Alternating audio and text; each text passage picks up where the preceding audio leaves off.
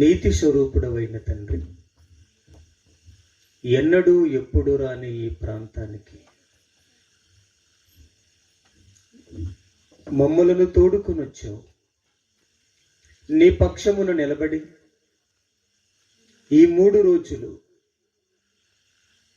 మనిషి యొక్క జనన మరణ పునరుత్థానాలను వివరిస్తుండగా నీ పరిపూర్ణమైన సహాయం, పవిత్రాత్మ సహాయం నాకు అందించి నీ పిల్లల మనోనేత్రాలు తెరువుమని క్రీస్తు యేసు పవిత్ర నామమున ఈ ప్రార్థన సమర్పిస్తున్నాను తండ్రి. ఆమేన్. ప్రియమైన దేవుని పిల్లలారా, జనన మరణాల రహస్యం ఏమిటి అని ఒక అద్భుతమైన, ఒక ఆలోచనాత్మకమైన అంశం. జనన మరణ రహస్యం ఏమిటి అని మనం వింటున్నాం. జననము రహస్యమా, మరణము రహస్యమా? ఈ భూమిపై బ్రతుకుతున్న 850 కోట్ల మంది మనుషులు, వారి జననం రహస్యమే, వారి మరణం రహస్యమే అని నేను కాదు, మన చేతిలో ఉన్న విజ్ఞాన గ్రంథమైన బైబిల్ చెప్తుంది. ఒకసారి కీర్తనల గ్రంథము 119వ కీర్తన, క్షమించండి 139వ కీర్తన 15వ వచనాన్ని మీరు చదవగలిగితే, నేను రహస్యమందు పుట్టిననాడు, దావీదు నోటి మాట ఈరోజు మనం వింటున్నాం. నేను రహస్యమందు పుట్టిననాడు అన్న మాట రాయబడింది. ఎలా పుట్టాడట? రహస్యం. ఈయన పుట్టుకేంటి? రహస్యం. మనిషి పుట్టుక రహస్యమా?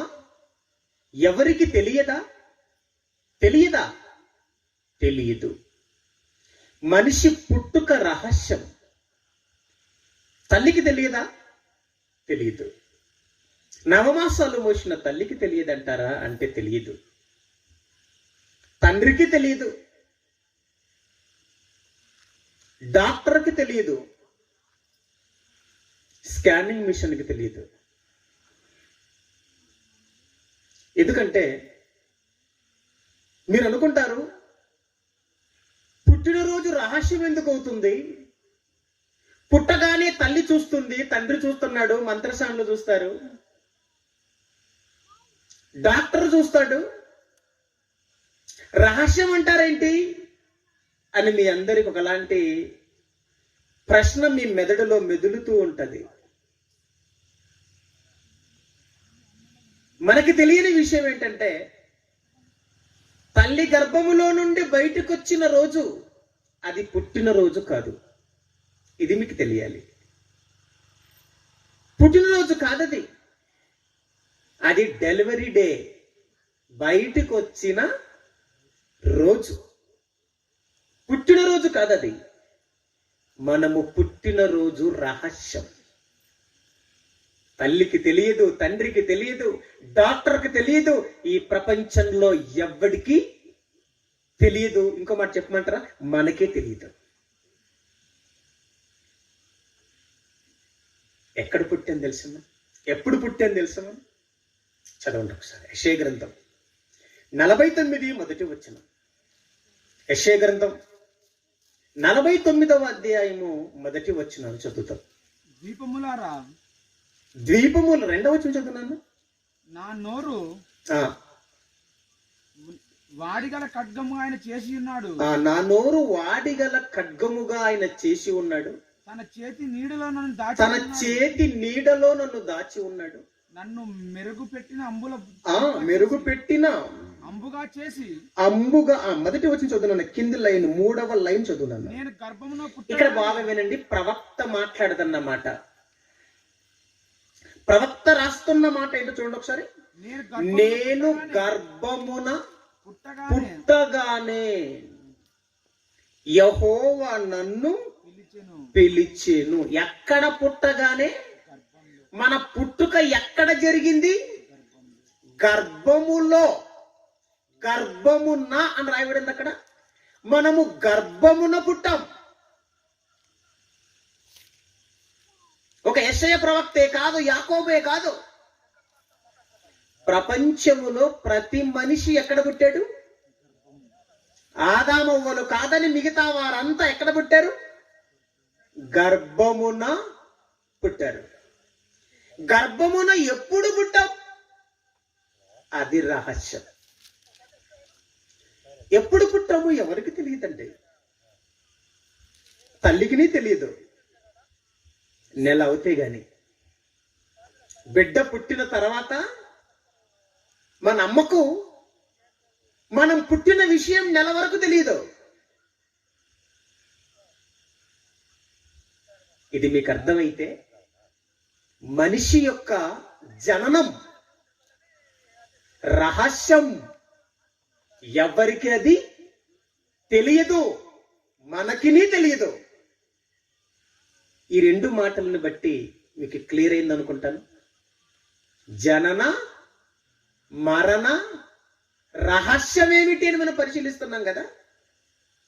అంటే జననము రహస్యమే, ఎవరికి తెలియదు అని ఈ రెండు సందర్భాలను బట్టి మనం అర్థం చేసుకున్నాం. ఇక మరణము కూడా రహస్యమే, అది రేపు మాట్లాడుకుందాం. ఓకే, అయితే రహస్యం ఏమిటి? జనన మరణాల రహస్యం ఏమిటని మనం ఆలోచిస్తున్నాం. అసలు జననం ఎందుకు జరిగింది? మనము ఎందుకు పుట్టాం? ఈ రహస్యంగా మన పుట్టుక జరిగింది కదా. అసలు ఎందుకు జరిగింది మన పుట్టుక? ఈ ప్రకృతిలో ఉన్న మనిషి ఏం మాట్లాడుతున్నాడు తెలుసా? తల్లిదండ్రుల దగ్గరికి వచ్చి, నాయన అమ్మ నేను ఎప్పుడు పుట్టాను, ఎక్కడ పుట్టాను అని అడుగుతాడు. ఎప్పుడు పుట్టానంటాడు, ఎక్కడ పుట్టాను అని అడుగుతాడు. నేటివ్ ప్లేస్ తెలుసుకోవటానికి. ఎప్పుడు పుట్టిన ఎందుకు అడుగుతాడు? పుట్టినరోజు చేసుకోవటానికి అంతే. పుట్టిన ప్రాంతం జన్మభూమి తెలుసుకోవటానికి ఎక్కడ పుట్టాను అంటాడు. పుట్టినరోజు చేసుకోవడానికి ఎక్కడ పుట్టాను అంటాడు. ఎంటెక్ చదివినా, బీటెక్ చదివినా, డిగ్రీలు చదివినా, ఎంఏ చేసినా, ఎంఎస్సి చేసినా, ఐఏఎస్ చదివినా, ఐపీఎస్ చదివినా ఏం మాట్లాడతాడు? ఎప్పుడు పుట్టాను, ఎక్కడ పుట్టాను అని అడుగుతాడు తల్లిదండ్రులను.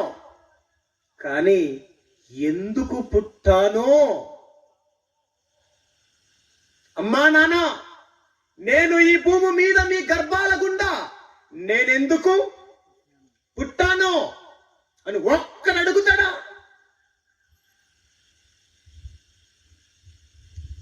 ఆలోచన లేదు. పోనీ పాఠ్య పుస్తకాలలోనైనా ఉందా, బడిలోనైనా ఉందా ఈ పాఠం? అది లేదు. ఎందుకు పుట్టారో ఎవడు చెప్పడం లేదు. అందుకే ఎందుకు పుట్టాడో మనిషికి తెలియక ఒక్కొక్కడు ఒక రకమైన సమాధానం చెప్తున్నాడు. మనిషి ఎందుకు పుట్టాడంటే అసలు కారణమే లేదంటున్నాడు. ఏం లేదట? మనిషి జన్మకు అసలు కారణమే లేదు. మనిషికే కాదు, ఈ ప్రకృతికే కారణం లేదంటున్నాడు. ప్రకృతి తనంతట తానే వచ్చేసింది, పుట్టింది. మనిషిని కోతి నుండి పరిణామం చెందాడు. ఈ సృష్టి పుట్టుకకు కారణం లేదు, మనిషి పుట్టుకకు కారణం లేదు. ఈ సృష్టి వెనక, మనిషి వెనక దేవుడు లేడు, స్వర్గము లేదు, నరకము లేదు. బైబిల్ ఒక మత గ్రంథం, ఇదొక విదేశీ పుస్తకం అని బైబిల్కి ముద్ర వేసి దేవుడెవరో, ఎందుకు పుట్టామో, ఎందుకు మరణం వచ్చిందో, చస్తే ఎక్కడికి వెళ్ళిపోతామో, పుట్టక ముందు ఎక్కడున్నామో, ఈ నిజాలు ఏవి తెలియకుండా ప్రపంచ మానవాలు గందరగోళములో ఉన్నారు.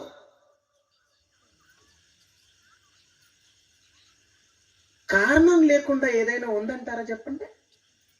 కారణము లేకుండా ఈ ప్రకృతిలో ఏదైనా ఉందా? సూర్యుడు ఎందుకు పుట్టాడు? లోకం అనుకుంటుంది కారణం లేదని. బాగా ఆలోచించండి. సూర్యుని పుట్టుకకు కారణం లేదా? సూర్యుడు మన కోసమే కదండి. వేడినిస్తుంది, వెలుతురునిస్తుంది, కాలములను చెబుతుంది. చంద్రుడు, దానికి కారణం ఉంది. ఎందుకు పుట్టింది అది? మనకు వెన్నెలనివ్వటానికి, ఋతువులను తెలపటానికి చంద్రుడు కదా ఉన్నాడు. ఈ భూమి ఎందుకు పుట్టింది? మనము నివసించటానికి, మన ఆకలి తీర్చడానికే కదా ఈ భూమి ఉంది. నీళ్ళు ఎందుకు పుట్టాయి?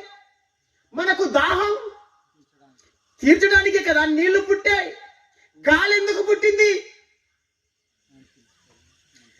మనం బ్రతకడానికే కదా గాలి ఉంది. ఈ లైట్లు ఎందుకు పెట్టారు? మనకు వెలిగివ్వడానికి కదా. ఈ బాక్సులు ఎందుకు ఉన్నాయి? మీకు అందరికీ పెద్ద శబ్దాలలో నా మాటలు వినబడాలని కదా. లైట్లకు కారణం ఉంది, బాక్సులకు కారణం ఉంది, సూర్యునికి కారణం ఉంది, చంద్రునికి కారణం ఉంది, నేలకు కారణం ఉంది, నింగికి కారణం ఉంది, గాలికి కారణం ఉంది, నిప్పుకు కారణం ఉంది, నీరుకి కారణం ఉంది. నీకు కారణం లేదా? లేదని చేతులు ఎత్తేశాడు మానవుడు. మనిషి ఎందుకు పుట్టాడు? దేవుడి దగ్గరికి మానవుడు రాలేదండి. పైగా లోకం ఏమంటుంది తెలుసా? ఒకడు అన్నాడులేండి. ఏమన్నాడు తెలుసా? ఒక ప్రేమికుడు, ఏమండి నేను పుట్టింది నీకోసమే అని ప్రేమికుడు మాట్లాడతాడు ప్రేమికురాలతో. ఆ ప్రేమికురాలు ఏమంటుంది? నేను పుట్టింది నీకోసమే. ఎందుకంటే ఎవరి కోసం పుట్టారో తెలియదు కదా. వ్యామోహముతో నిండుకొని, శరీర కోరికలతో, కాము కన్నులకెక్కి మాట్లాడుతున్న మాటలు ఏంటి? నేను పుట్టింది నీకోసమని ఒక ప్రేమికుడు మాట్లాడతాడు. నీకోసం పుట్టానని ఒక ప్రేమికురాలు మాట్లాడుతుంది.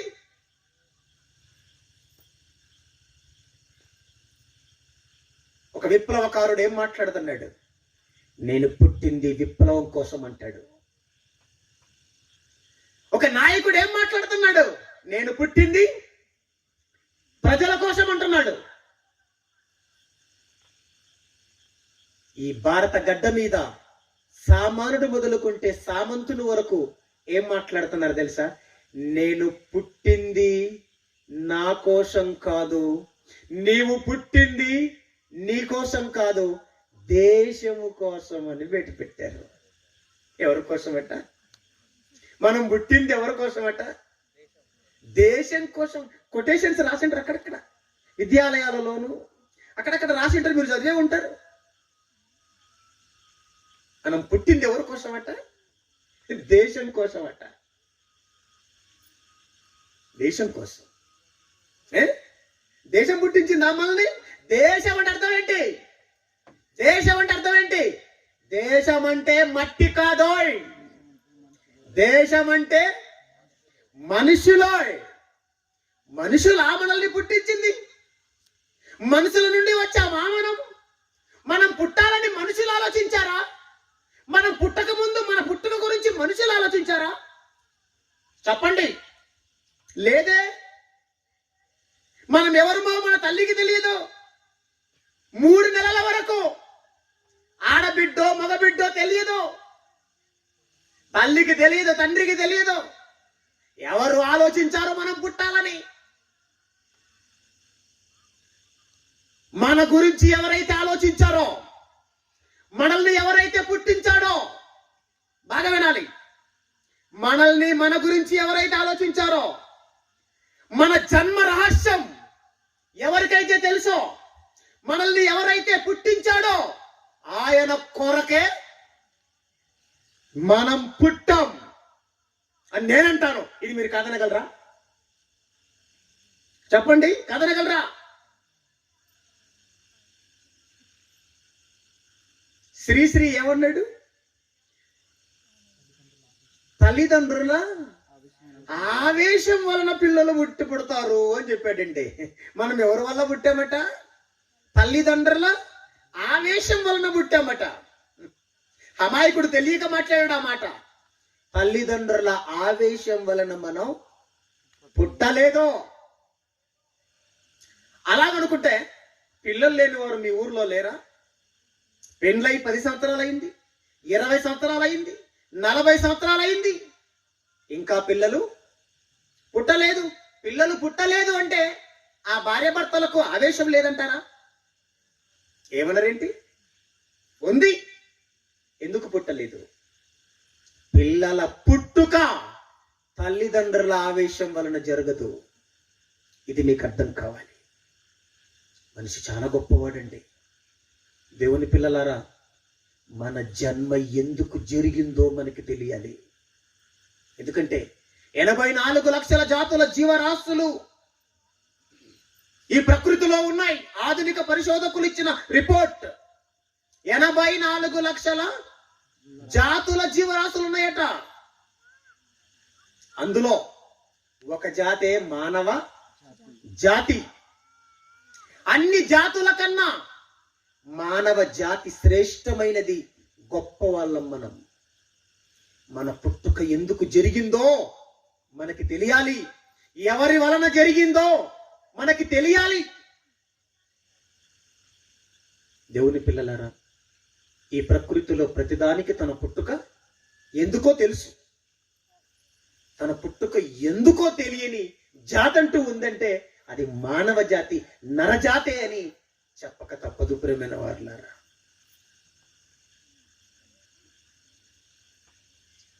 ఒక ఆయన మీ అందరికీ తెలుసు, యాపిల్ అధినేత స్టీవ్ జాబ్ గారు. మీకు తెలుసు, జాబ్స్ గారు యాపిల్ అధినేత. ఆయన ఈ భూమి మీద చాలా పేదవాడుగా, చిన్నతనములో తల్లిదండ్రులను పోగొట్టుకున్నవాడుగా, ఉండి లేక బ్రతికాడు. ఆయనకు ఒకటే అర్థమైంది, ఏంటో తెలుసా? నేను ఈ భూమి మీద కోట్లు సంపాదించాలనుకున్నాడు. నేను ఈ ప్రపంచ ధనికుడుగా మారాలనుకున్నాడు. రాత్రి మగులు కష్టపడ్డాడు. కాలం కంటే వేగంగా పరిగెత్తాడు. తనకున్న తెలివితేటలు ఉపయోగించాడు. ప్రపంచములో ఒక గొప్ప ధనవంతుడుగా ఎదిగిపోయాడు. ఆయనకు ఒకరోజు క్యాన్సర్ వచ్చిందండి. వచ్చింది. డాక్టర్ స్కాన్ చేస్తే భయంకరమైన లివర్ క్యాన్సర్ వచ్చింది. ఎవరికి? యాపిల్ సంస్థ అధినేతకి. స్టీవ్ జాబ్స్ అంటారు ఆయన పేరు. దేవుని పిల్లలారా, ఆయన మంచములో పడ్డాడు అనేక రోజులు. క్యాన్సర్ వ్యాధితో బాధపడుతూ ఆయన మాట ఏంటో తెలుసా? ఆయన అన్న మాట ఏంటో తెలుసా? నేనెందుకు పుట్టానా అన్నాడండి. ఇన్ని కోట్లు సంపాదించాను, ఈ మరణము నుండి నన్ను, ఈ క్యాన్సర్ వ్యాధి నుండి నన్ను రక్షించలేకపోతున్నాయి. కానీ ఇన్ని కోట్లు సంపాదించుకున్నాను, ఇంత పేరు ప్రతిష్టతలు సంపాదించుకున్నాను, కానీ ఈ మరణము నుండి నన్ను రక్షించేవారు ఎవరు లేరే. ఆ రోజు వచ్చిందండి ఆయనకి ఆలోచన. ఏంటో తెలుసా? నేనెందుకు పుట్టాను. మంచములో బడి క్యాన్సర్ ముదిరిన తర్వాత చచ్చిపోయే రోజులలో వచ్చింది. ఎందుకు పుట్టాను? డబ్బు కొరకు మనము పుట్టలేదు అని ఆ రోజు బయట పెట్టాడు ఆయన. ఈరోజు మనుషులండి ఎందుకు బతుకుతున్నారు? అడ్డదారులో గద్దలెక్కాలని, అడ్డదారులో కోట్లు సంపాదించాలని ఆలోచిస్తున్నాడు ప్రతి ఒక్క మనిషి బుర్ర నుండి ఏముంది? 4 రాళ్ళు వెనక్కేసుకోవాలన్న ఆలోచనే తప్ప మంచి క్రియలు చెయ్యాలని, నిజాయితీగా బ్రతకాలని, ప్రపంచ శాంతి కోసం బతకాలని, దైవ సంకల్పం నెరవేర్చాలని ఎవడైనా ఆలోచిస్తున్నాడు చెప్పండి? ఆలోచిస్తున్నాడా? లేదు. ఏమి తిందుమా, ఏమి త్రాగుదుమా, ఏమి ధరించుకొందుమా, ఏం సంపాదించుకొందుమా, ఏం కట్టుకుందుమా అన్న ఆలోచనలో యావత్తు మానవ ప్రపంచం ఉంది. ఎందుకు పుట్టానన్న ఆలోచన వచ్చిందా? రాలేదు. ప్రేమైన వారలారా, మనిషి ఎంత గొప్పవాడంటే కుక్క పుట్టినప్పటి నుంచి ఈ రోజు వరకు నడుచుకుంటూ తిరుగుతుంది.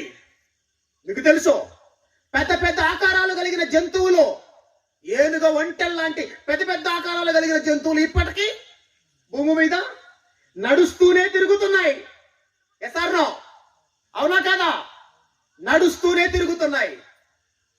కానీ మనిషి నడుస్తున్నాడా? సైకిల్ ఎక్కాడు, బైక్ ఎక్కాడు, కారు మీద వెళ్తున్నాడు, బస్సు మీద వెళ్తున్నాడు, ట్రైన్ లో వెళ్తున్నాడు, ఫ్లైట్ లో వెళ్తున్నాడు, అంతరిక్ష నౌకలలో వెళ్తున్నాడు, చంద్రమండలం మీదకి వెళ్తున్నాడు, సముద్ర గర్భంలోకి వెళ్తున్నాడు, భూగర్భాన్ని పరిశీలిస్తున్నాడు. ఒక్క మాటలో చెప్పాలంటే విశ్వాన్ని వడబోస్తున్నాడు మనిషి, ఆధునిక మానవుడు. ఎవరు ఈ మనిషి? ఎవరు ఈ మానవుడు? ఎందుకు వచ్చాడు? ఇతని పుట్టుక రహస్యం ఏంటి? ఎందుకు పుట్టాడు? ఎవరు పుట్టించారు ఈయనని? మన వెనక ఎవరున్నారు అని మనం ఆలోచించవలసిన అవసరం అయితే మనకుంది. మోసపోకండి ప్రియులారా. మన పుట్టుక వెనక ఎవరున్నారో ఖచ్చితంగా తెలుసుకొని ఆయన కోసం బతికి ఈ భూమిని విడిచిపెట్టి వెళ్ళిపోవాలి. లోకానికి అర్థం కాలేదో ఎందుకు పుట్టారో? ఈ భూమిని ఏలిన ఎందరో రాజులు, రాణులు రత్న సింహాసనాలనెక్కి రమ్యమైన రాజ్యాలనేలిన ఎందరో చక్రవర్తులు, రాణులు, రాజులు చరిత్రలో వాళ్ళ జన్మ ఎందుకు జరిగిందో తెలియక అజ్ఞానంగా, అమాయకంగా, అర్ధాంతరంగా వాళ్ళ జీవితాలను ఆవిరి చేసుకొని వెళ్ళిపోయారు. ఆ దుర్గతి మనకు పట్టకూడదు. ఈ వనపల్లిలో ఉన్నటువంటి, సిరిసిల్ల జిల్లాలోని వనపల్లి ప్రాంతంలో ఉన్నటువంటి మీకు ఏ ఒక్కరికి పట్టకూడదు. ఈ రోజు, రేపు, ఎల్లుండి ఈ 3 రోజులు విస్తుపోయే మాటలు బైబిల్లో నుంచి మనం నేర్చుకోబోతున్నాం, తెలుసుకోబోతున్నాం. బాగా వినాలి మీరు. ఒక్కసారి బైబిల్లోకి వెళ్ళండి. మానవుడు ఎంత గొప్పవాడో కీర్తనల గ్రంథం చదువుదాం. ఒకసారి బైబిల్లోకి వెళదాం. లోకం మానవుడిని చిన్నగా చూసింది. మానవుడంటే 6 అడుగులున్న ఆకారం అనుకునింది. మానవుడంటే మట్టి అనుకుంది. మానవుని జీవితం సమాధి తోట వరకే అనుకుంది. మానవుడు ఎంత గొప్పవాడో నేటి ఆధునిక మానవ మెదస్సుకి అందలేదు అని చెప్పుట్లో సందేహమే లేదు. చదువుదాం ఒకసారి. కీర్తనల గ్రంథం 144 3వ వచనం. కీర్తనల గ్రంథం 144వ అధ్యాయము 3వ వచనం చదువుదాం. యెహోవా నీవు నరులను లక్ష్య పెట్టుటకు వారు ఏ పాటి వారు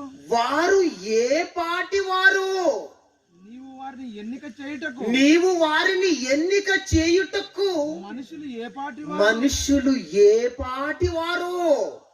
ఒక భక్తుడు మాట్లాడుతున్నాడు.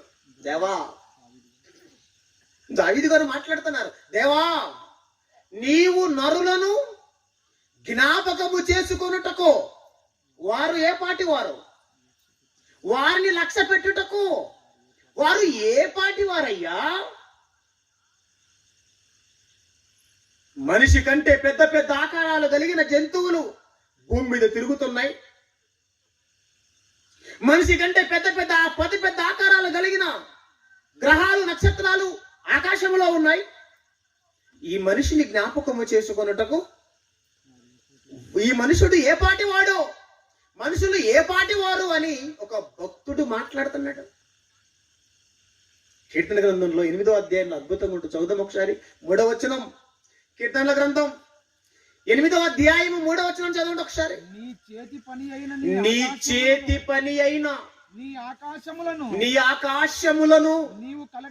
నీవు కలగజేసిన సూర్య చంద్ర నక్షత్రములను నేను చూడగా నీవు మనుషుని జ్ఞాపకము చేసుకొనుటకు వాడు ఏ పాటి వాడో, నీవు నరపుత్రుని దర్శించుటకు వాడే పాటి వాడు, నువ్వెక్కడా, నీవు కలుగజేసిన ప్రకృతి ఎక్కడా, నరుడెక్కడా,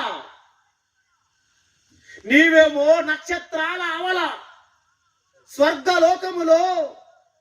స్వర్గములో ధవలమైన మహాసింహాసనం మీద కూర్చొని కోటాని కోట్ల దేవదూతలతో పరిశుద్ధుడు పరిశుద్ధుడు పరిశుద్ధుడు అని గాన ప్రతిగానాలతో ఆరేసి రెక్కలతో పొగడబడుతున్న నీవు, ఆకలి దప్పిక కన్నీళ్లు కష్టాలు రోగాలు లేని సుందర లోకం, ఉన్నత లోకం, అద్భుతమైన లోకం, నీవున్న లోకం, అనంత జ్ఞానివి, సర్వశక్తులు నీకున్నాయి. ఇంత గొప్ప దేవుడవైన నీవు ఒక మహాలోకములో అగోచరుడవుగా నీవు ఉన్నావు. నీ గురించి ఆలోచిస్తే మెదడులోని నరాలు చితికిపోతావయ్యా, అంత గొప్పవాడివి నీవు కలుగజేసిన సూర్య చంద్ర నక్షత్రములను గూర్చి ఆలోచిస్తుంటే మానవుని ఆకారం ఎంత, సూర్యుని ఆకారం ఎంత, సూర్యుని మానవుని ఆకారం ఎంత చెప్పండి? 6 అడుగులు, కొందరు 4 మరికొందరు 5.2, మహా అంటే 6 అడుగుల పొడుగు. పొట్టు జాతి, పొడవు జాతి. దేవుని పిల్లలారా, మన ఆకారం చాలా చిన్నది కదండి. సూర్యుడు ఎంత పెద్దవాడో తెలుసు మీకు? చదువుకున్న వారికి తెలుసు. సూర్యుడి సైజ్ ఎంత తెలుసా మీకు? సూర్యుడు ఎంత పెద్దవాడంటే మనమున్న ఈ భూమి, మీ ఊర్లో ఉన్న భూమి కాదు, ఈ భూగ్రహమే. మనమున్న ఈ భూమి, మనమున్న భూములాంటి భూముల కంటే 13 లక్షల రెట్లు పెద్దది. 13 లక్షల భూములు తీసుకొని వెళ్ళి సూర్యునిలో వేస్తే అప్పుడు నిండుతుంది. ఏది? సూర్యుడు. అంత పెద్ద ఆకారం సూర్యుడిది. ఒక సూర్యుడిదే అంత పెద్ద ఆకారం అనుకుంటున్నారా? నక్షత్రాలది కూడా సూర్యుని కంటే పెద్ద పెద్ద ఆకారాలు కలిగినవి అంతరిక్షంలో ఉన్నాయి అని కాస్మాలజిస్టులు బయట పెట్టారు, ఖగోళ శాస్త్రవేత్తలు బయట పెట్టారు. ప్రేమైన దేవుని పిల్లలారా, ఆలోచించండి. అంత పెద్ద ఆకారాలు కలిగినటువంటి సూర్య చంద్రులనే నక్షత్రాలనే కలిగించావు. వాటిని జ్ఞాపకం చేసుకోకుండా మనుషుని జ్ఞాపకము చేసుకొనుటకు 3 మూరలున్నా 6 అడుగులున్నా ఈ మనిషిని జ్ఞాపకము చేసుకొనుటకు ఈ మనుషుడు ఏ పాటి వాడో, వాణ్ణి లక్ష్య పెట్టుటకు ఏ పాటి వాడో, ఎవరయ్యా ఆయన అన్నప్పుడు ఈ ప్రపంచానికి తెలియని రహస్యం, మనిషి జన్మ రహస్యం, ఈ లోకానికి తెలియని సీక్రెట్ బైబిల్ చెప్పింది, దేవుడు చెప్పాడు. వెళదాం. మనిషిని దేవుడు ఎందుకు జ్ఞాపకం చేసుకున్నాడో, మనిషి జన్మ ఎందుకు ఒకడు అంటారులేండి, నేను పుట్టింది నా పిల్లల కోసం అంటాడు. ఎవరి కోసం అట్ట? పుట్టింది పిల్లల కోసం అట్ట. భార్య అంటది, నేను పుట్టింది నా భర్త కోసం అంటది. భర్త అంటాడు, నేను పుట్టింది నా భార్య కోసం అంటాడు. మనం ఒకరి కోసం ఒకరు పుట్టామంతే. మన పుట్టుక వెనక ఎవరు లేరా? ఈ ప్రకృతిలో ఉన్న ప్రతిదీ మన కోసం పుట్టింది. కానీ మన కోసం మనము మాత్రం మన కోసం పుట్టలేదు. ఈ దేశం కోసం కూడా పుట్టలేదు. ఈ ప్రకృతి కోసం మనం పుట్టలేదు. మన పుట్టుక వెనక ఎవరున్నారో వెళ్దామా బైబిల్లోకి?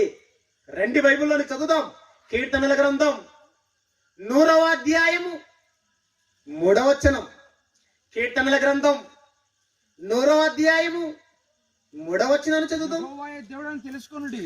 యెహోవాయే యెహోవాయే దేవుడని తెలుసుకొనుడి. తెలుసుకొనుడి. ఆయనే మనలను ఆయనే మనలను పుట్టించెను. పుట్టించెను.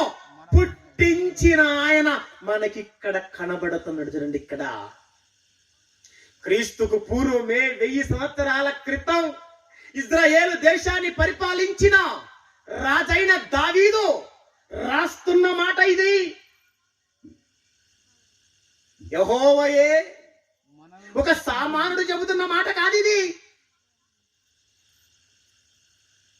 ప్రపంచ జ్ఞాని చెప్పిన మాట ఇది. ప్రపంచ జ్ఞాని సొలొమోను అయితే అతని తండ్రి చెప్పిన మాట ఇది. ఎవరు? దావీదు గారి మాట. యెహోవాయే దేవుడని తెలుసుకొనుడి. తెలుసుకొనుడి. ఆయనే మనలను పుట్టించెను. పుట్టించెను. మనం ఆయన వారము. మనము ఆయన వారము. అంటే వండర్ఫుల్ వర్డ్. మనం ఎవరు వారమట? దేవుని వారం. మనల్ని పుట్టించింది ఎవరు? దేవుడు. ఎవరైతే పుట్టించారో ఆయన వారమే మనం. మనల్ని పుట్టించింది యెహోవా దేవుడని బైబిల్ చెప్తుంది. కదనగలరా? రక్తం వలనైనను, శరీరేచ్ఛ వలనైనను, మనిషేచ్ఛ వలనైనను మనం పుట్టలేదో. యెహోవా దేవుడు మనల్ని పుట్టించాడు. పుట్టించాడు అని బైబిల్ చెప్తుంది. దావీదు చెప్తున్నాడు. యెహోవాయే దేవుడని తెలుసుకోండి. ఆయన మనలను పుట్టించాడు. పుట్టించెను. తర్వాత మనము ఆయన వారము. ఆయన వారము. మనము మన వారము కాదు. మనము ఎవరు వారమో కామో. మనము దేవుని వారమని క్రీస్తుకు పూర్వం 1000 సంవత్సరాల క్రితం దేవుని కొరకు దేవుడు పుట్టించుకున్నాడు. మన కోసం మనం పుట్టలేదు. అనేకులకు తెలియదు. పెళ్ళెందుకు చేసుకుంటావురా అంటే వయసు వచ్చింది కనుక పెళ్లి చేసుకుంటా అంటాడు అమాయకుడు వాడు. పెళ్ళెందుకు చేసుకుంటావురా అంటే నా వంశం నిలబడాలంటే పెళ్లి చేసుకోవాలంటాడు ఇంకొక అమాయకుడు. ఆలోచించి పెళ్ళి ఎందుకు చేసుకోవాలి నీకు తెలియదురా అసలు రహస్యం. పెళ్ళంటే 3 ముళ్ళు 7 అడుగులు, 6 పువ్వులు 3 కాయలు, 100 ఏళ్ల పంట కాదు. పెండ్లంటే దేవుని కలల పంట. పెండ్లంటే నీ పెండ్లి వెనక దేవుడు ఉన్నాడు రా. నీ పుట్టుక వెనక దేవుడు ఉన్నాడు అని బైబిల్ చెప్తుంది. పుట్టుక వెనక దేవుడున్నాడు, వివాహం వెనక దేవుడున్నాడు. ఇది నీకు అర్థం కావాలి. మన పుట్టుక వెనక, మన పిల్లల పుట్టుక వెనక, మన తండ్రుల పుట్టుకల వెనకాల ఎవరున్నారయ్యా అంటే దేవుడున్నాడని బైబిల్ చెప్తుంది. ఇప్పుడు చెప్పండి, మనము ఎవరి వారం? దేవుని వారం మనం. క్రీస్తుకు పూర్వం 1000 సంవత్సరాల క్రితం దావీదు అన్నమాట. క్రీస్తు శకం సుమారు 55లో అపోస్తులుడైన పౌలు గారు కూడా కొరింథీయులకు ఉత్తరం రాశాడు. 55-60 మధ్యలో. మొదటి పత్రిక, కొరింథీయులకు రాసిన మొదటి పత్రిక ఒకసారి చదవండి. 8వ అధ్యాయము 6వ వచనం చదువుతాం. 8వ అధ్యాయము 6వ వచనం. క్రీస్తు శకం. దావీదు గారేమో పూర్వం 1000 సంవత్సరాల క్రితం చెప్పాడు. ఇప్పుడు సొలొమోను క్రీస్తు శకం 55-60 మధ్యలో రాస్తున్న మాట చదువుదాం ఒకసారి. ఆకాశమందైనను ఆకాశ కొరింథీ పట్టణములో ఉన్న వాళ్ళకి చెప్తున్నాడు. ఎందుకంటే కొరింథీ పట్టణం గ్రీసు దేశంలో ఉంది. కొరింథీ పట్టణములో మేధావులు, లోక సంబంధమైన మేధశక్తి ఎక్కువ వాళ్ళకి. గ్రీకులు వాళ్ళు అక్కడ నుండే తత్వవేత్తలు పుట్టుకొచ్చారు, అక్కడ నుండే గణిత శాస్త్రవేత్తలు పుట్టుకొచ్చారు, అక్కడ నుండే గొప్ప గొప్ప మేధావులు పుట్టుకొచ్చారు. వాళ్ళకి చెప్తున్నాడు. ఎవరికి? గ్రీకులకు చెప్తున్నాడు. గ్రీసు దేశంలో కొరింథీ పట్టణానికి, అకయ్యలో ఉన్న కొరింథీ పట్టణానికి చెప్తున్నాడు. ఏమని చదువుదాం ఇప్పుడు. ఆకాశమందైనను ఆకాశమందైనను భూమి మీదనైనను భూమి మీదనైనను దేవతలనబడిన దేవతలు అనబడినవి ఉన్నను ఉన్నాయి. ఆకాశమందు దేవతలు అనబడినవి ఉన్నాయి, భూమి మీద దేవతలు అనబడినవి ఉన్నాయి. ఉన్నను మనకు ఒక్కడే దేవుడు ఉన్నాడు. అదేంటి? పైన ఏమన్నాడు? ఆకాశమందు దేవతలు అనబడినవి ఉన్నాయన్నాడు. కిందికి రాగానే భూమి యందు దేవతలు అనబడినవి ఉన్నాయన్నాడు. కిందికి రాగానే ఏమంటున్నాడు? ఆయనను మనకు దేవుడు ఒక్కడే అంటాడేంటి? అంటే ఆకాశమందు దేవతలనబడినవి ఉన్నవి అని పౌలు సమర్థిస్తున్నాడా? భూమి యందు దేవతలనబడినవి ఉన్నాయి అని పౌలు సమర్థిస్తున్నాడా? ఎస్, సమర్థిస్తున్నాడు. ఉన్నాయి. అయితే ఉన్నను అంటే అర్థం ఏంటో తెలుసా? మనుషులు అనుకుంటున్నారు ఆకాశమందున్నవి దేవతలని మనుషులు అనుకుంటున్నారు. ఒకప్పుడు చంద్రుడిని దేవుడు అని పూజించేవారు మన ఇండియాలో. రాకేష్ శర్మ చంద్రమండలం మీదకి వెళ్ళిపోయిన తర్వాత దేవుడు కాదది శౌడు నేల అని ఎప్పుడైతే బయట పెట్టాడో నమస్కారం చేయడం విడిచిపెట్టారు. ఇది మీకు అర్థం కావాలి. దేవుని పిల్లలారా, ఈ సమాజానికి ఎంతవరకు తెలుసు అంటే, తెలియనంత వరకు ప్రతిదీ దేవుడే అంటాడు. తెలిసిన తర్వాత ఎవరు దేవుడు తెలిసిపోతుందంటే, అందరిని తండ్రి అంటావా? నేను కన్నవాడెవరో వాడినే తండ్రి అనాలి. అది నువ్వు తెలుసుకోవాల్సిన ధర్మం నీది. ఇండియాలో ఉన్న దేవతలు నేను తప్పు పట్టట్లేదు. ఆ రైట్స్ నాకు ఇండియా లా నాకు కల్పించలేదు. ఇండియన్ పీనల్ కోడ్ నాకు అవకాశం ఇవ్వలేదు. నేను మాట్లాడట్లేదు ఈ దేవతల గురించి, ఇండియాలో ఉన్న దేవతల గురించి, ప్రపంచ దేశాల్లో ఉన్న ఏ దేవతల గురించి మాట్లాడట్లేదు.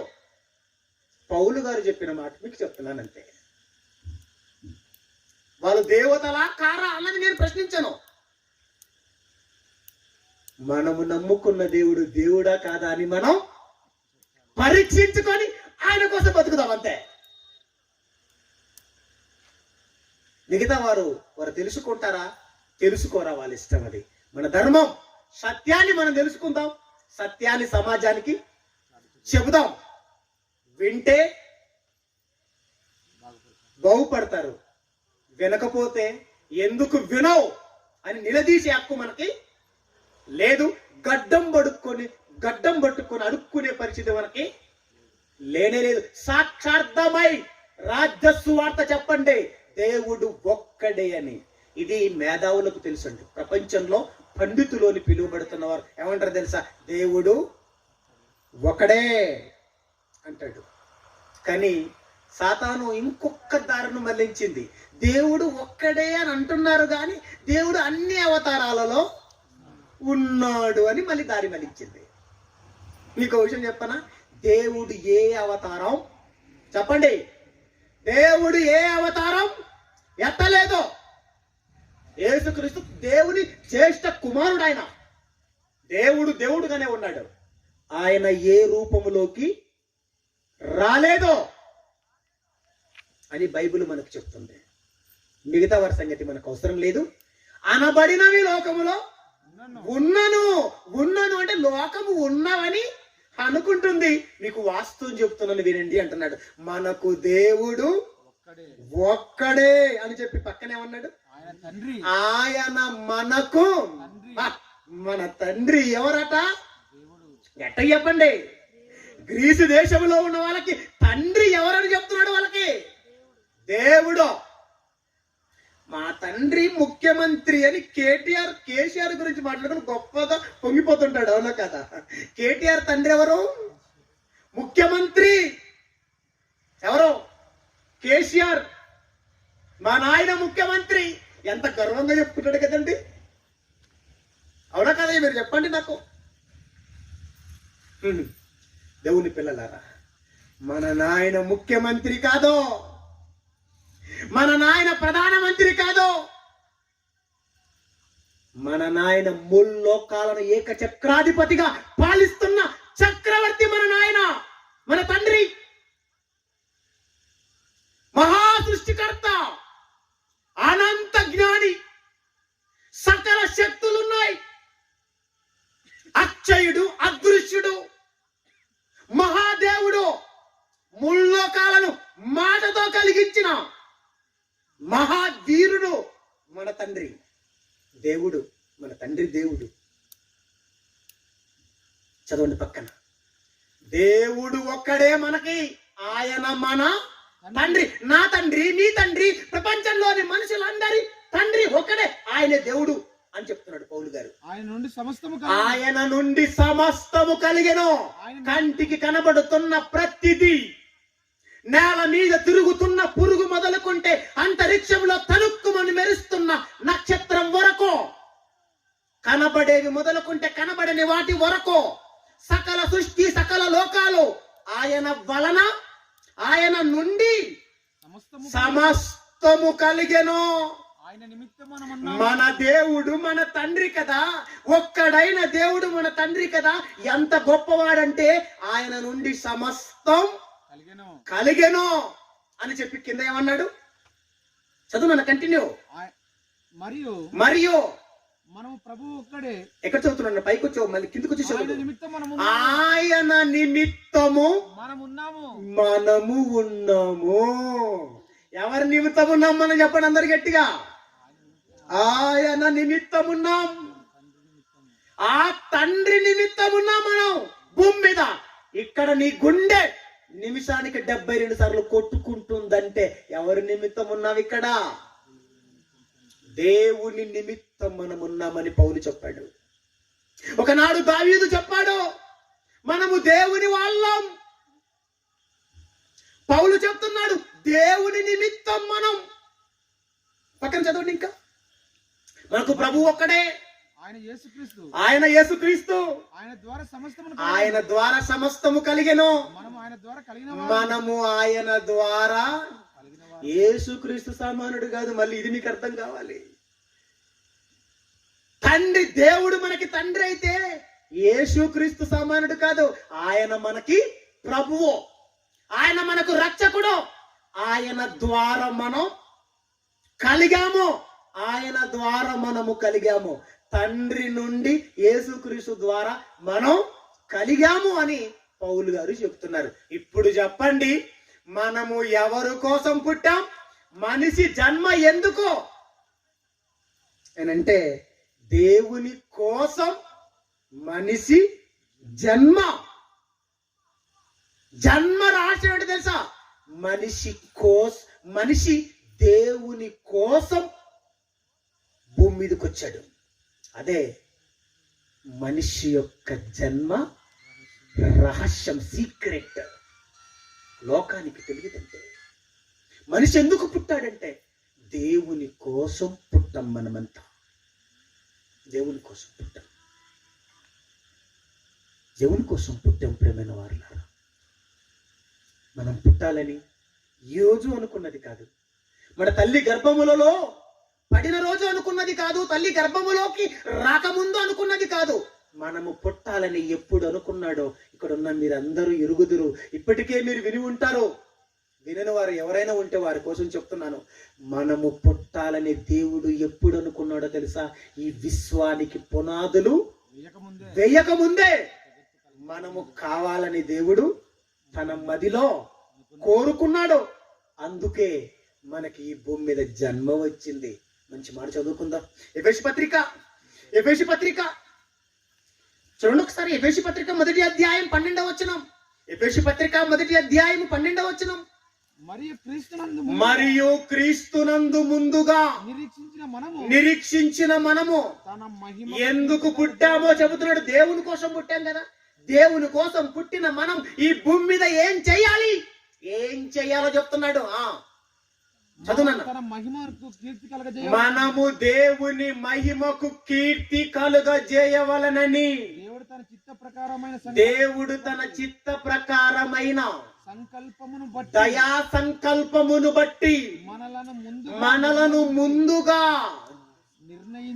నిర్ణయించి ఆయన యందు స్వాస్థ్యముగా ఏర్పరచెను. మనము ఆయన మహిమకు లేదా ఆయన నామానికి కీర్తి ఘనత ప్రతిష్టతలు తీసుకురావాలని దేవుడు మనకి జన్మనిచ్చాడు. అర్థమైందా? ఎందుకు పుట్టాం మనం? దేవుణ్ణి మహిమపరచటానికి పుట్టాం మనం. దేవుని నామానికి కీర్తి తీసుకురావడానికి పుట్టాం. ఎలా మహిమపరచాలి దేవుడిని? ఎలా మహిమపరచాలి? సామెతల గ్రంథం 16వ అధ్యాయం 4వ వచనం చదవండి ఒకసారి. సామెతల గ్రంథం 16వ అధ్యాయం 4వ వచనం. దేవుణ్ణి ఎలా మహిమపరచాలి? ఆయన కోసం పుట్టాం మనం భూమి మీద. ఆయనని మహిమపరచుట కొరకే పుట్టాం. ఆయనని కీర్తించుట కొరకే పుట్టాం. ఎలా మహిమపరచాలి, ఎలా కీర్తించాలి అది తెలుసుకోవాలి మనం. మహిమ మహిమ అంటే కాదు ఆయనకు మహిమ. ఆరాధన ఆరాధన అంటే చెందదు ఆయనకు ఆరాధన. ఆరాధనకి డెఫినేషన్ తెలుసా నీకో?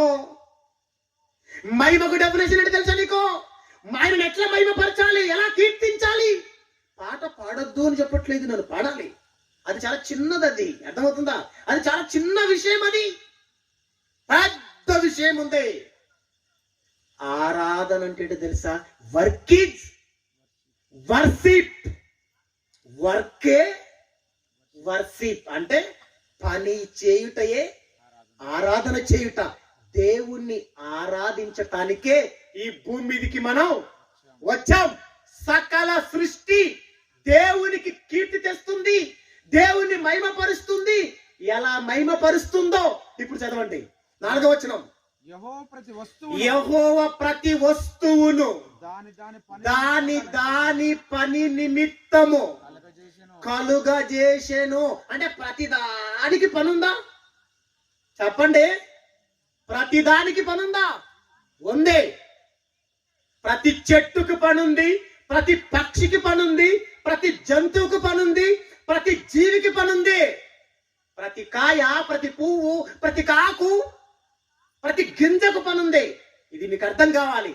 ఈ సృష్టిలో ఉన్న ప్రతిదీ దాని పని నిమిత్తం కలుగజేయబడింది. దాని పని అది చేస్తుంది.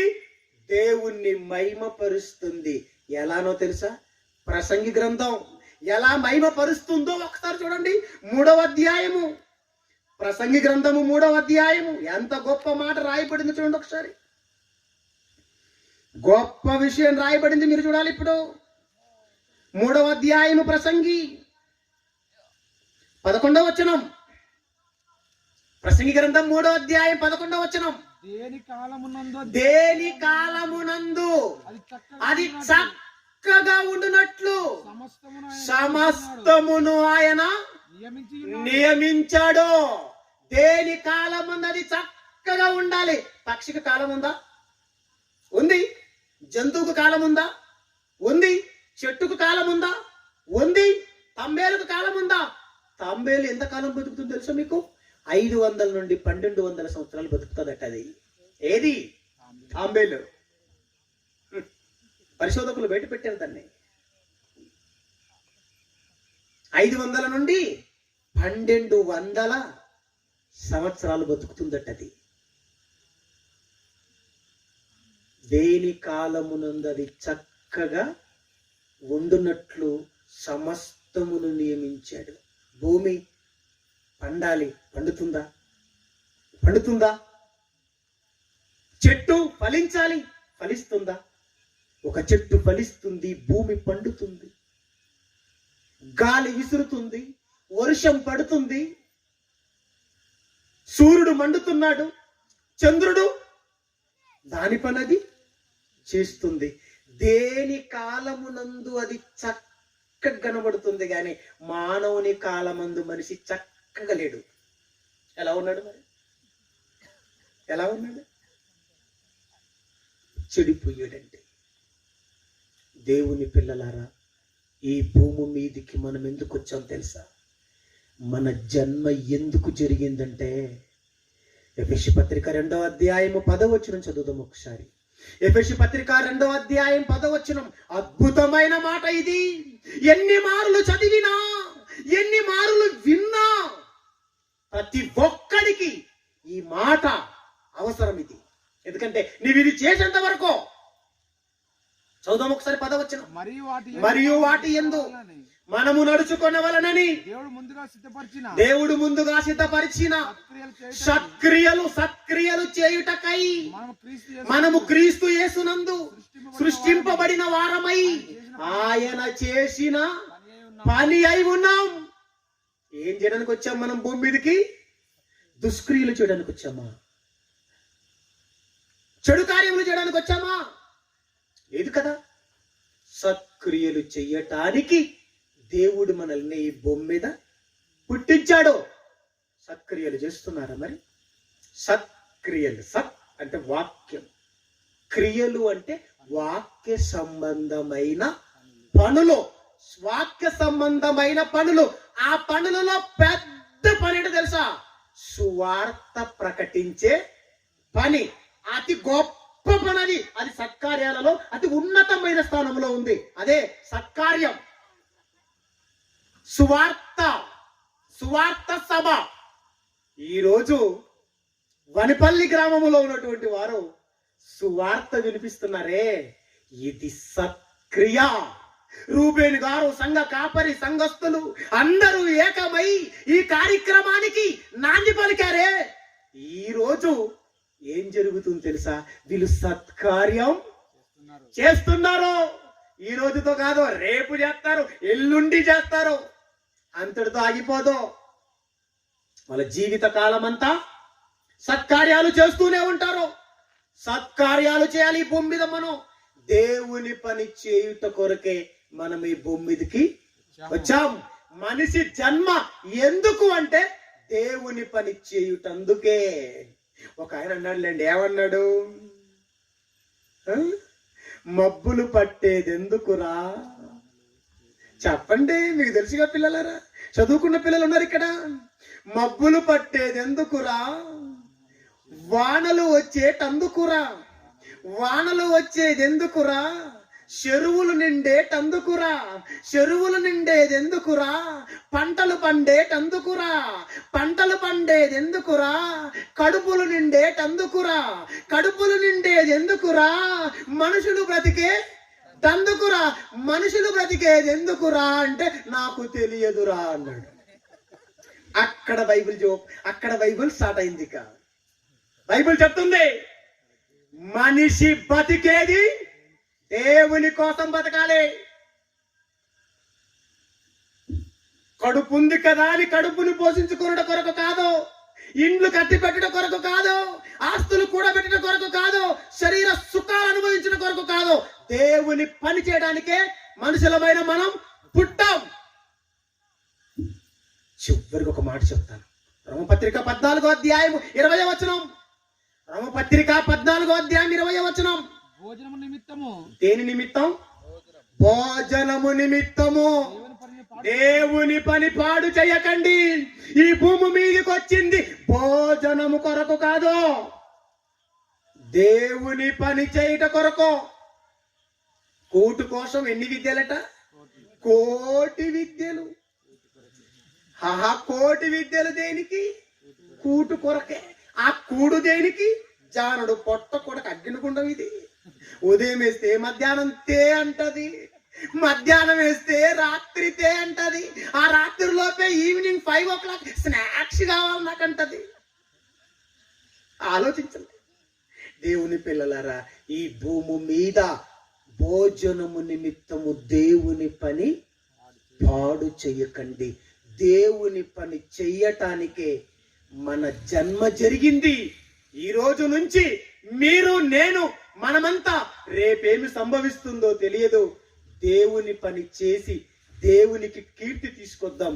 దేవుని పని చేసి దేవునిని మహిమపరచుదాం. దేవుని పని చేసి దేవుణ్ణి ఆరాధిద్దాం. దేవుని పని చేసి దేవుని పేరు నిలబెడతాం. నశించిపోతున్న ఆత్మల రక్షణార్థమై జీవవాక్యం చేత పట్టుకొని లోకమందు జ్యోతులుగా ప్రకాశిద్దాం. మన అన్నలు, మన చెల్లెండ్లు, మన అక్కలు, మన తమ్ముళ్ళు ఎందరో దేవుడెవరో ఎరుగక, స్వర్గానికి మార్గం ఏదో తెలియక, జానుడు పొట్ట కోసం భూమి మీద బతికి వాళ్ళ జీవితాలు అర్ధాంతరంగా ముగించుకొని ఆరని మంటలలోనికి వెళ్ళిపోతున్నారు కదా. వాళ్ళని కాపాడేది ఎవరు? మనమే కదా. తెలిసిన మనమే కదా తెలియని వారిని కాపాడేది. సమయం 10 దాటిపోయింది. ఆలస్యమైతే అమృతమైన విషమైపోతుంది. సీస నిండంత వరకు నిల్లిపోయాలి. ఎక్కువ పోస్తే దొరికిపోతాయి కదా. అందుచేత ఇక్కడ స్టాప్ చేస్తున్నాను. మిగతా భాగం రేపు విందాం. కళ్ళు మూసుకోండి, ప్రార్థన చేస్తాను. తండ్రి, మా జనన రహస్యం ఏంటో మేము తెలుసుకున్నాం నాయనా. మేము పుట్టిన రోజున ఈ ప్రపంచంలో ఎవరికి తెలియదు. మా రోజు మాకి తెలియదు, మా కన్న తల్లిదండ్రులకు తెలియదు.